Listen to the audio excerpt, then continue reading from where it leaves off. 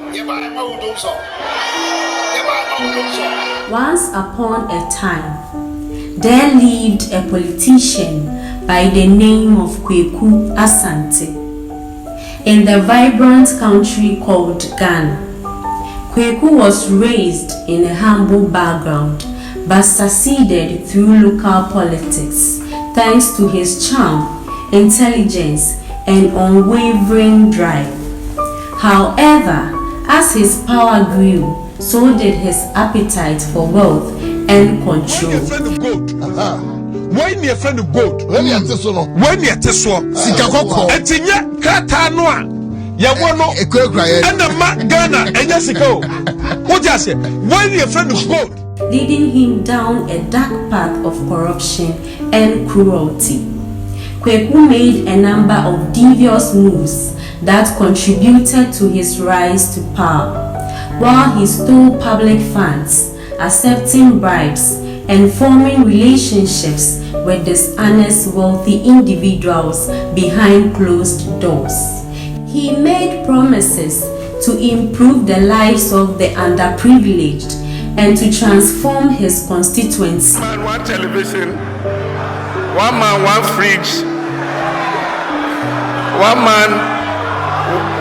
man. His lavish way of life, with enormous homes, expensive vehicles, and travels, contrasted sharply with the poor communities he was chosen to represent. Misappropriation of cash intended for the development of a vital hospital in Kweku's constituency was one of his most criminal acts. The project turned into a symbol of his arrogance as he used the funds to construct a magnificent private mansion for himself, despite the fact that it may have saved numerous lives.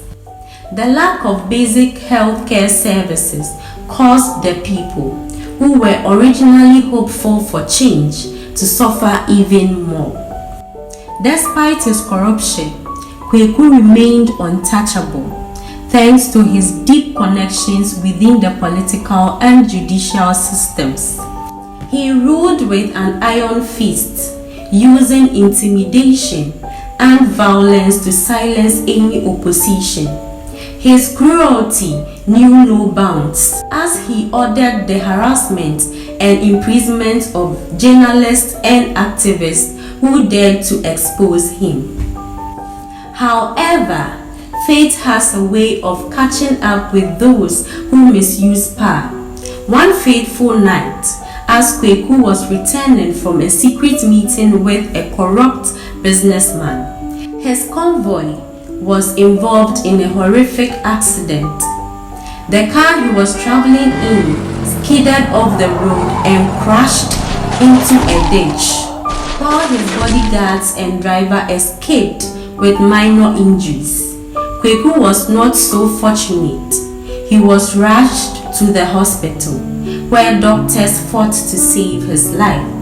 Kweku survived, but he emerged from the accident crippled, paralyzed from the waist down. His once commanding presence was now confined to a wheelchair. The news of his condition spread like wildfire, and the people he had wronged saw it as a form of divine justice. As he recovered, Kweku found himself abandoned by his former allies. The businessmen, politicians, and judges who once flocked to his side now distanced themselves, fearing the consequences of being associated with a fallen leader. Due to the state seizing his properties and the court fight surrounding his corruption charges, his fortune gradually decreased. His private estate, built with stolen public funds, was confiscated and converted into a community center and clinic. The very people he had once neglected now benefited from his ill-gotten gains. His political career was in shambles, and he was expelled from his party, left to face his legal battles alone. Confined to his wheelchair, Kweku's life took a drastic turn. The man who had once commanded respect and fear was now an outcast, living in a modest apartment, relying on a small pension and the help of a few loyal aides. His days were filled with reflection and regret, haunted by the faces of those he had wronged. Kweku started realizing the entire consequence of his acts while he was by himself. In an effort to fight the very corruption he had once represented, he began interacting with activists and community leaders, sharing his knowledge and experiences, even though his attempts were viewed with suspicion.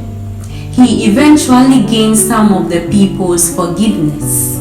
The tale of Kweku Asante serves as a warning on the dangers of greed and power. It serves as a reminder that genuine leadership is about serving others and that justice, and all of its manifestations will ultimately triumph. His downfall and quest to do right serves as a reminder of the human capacity for transformation.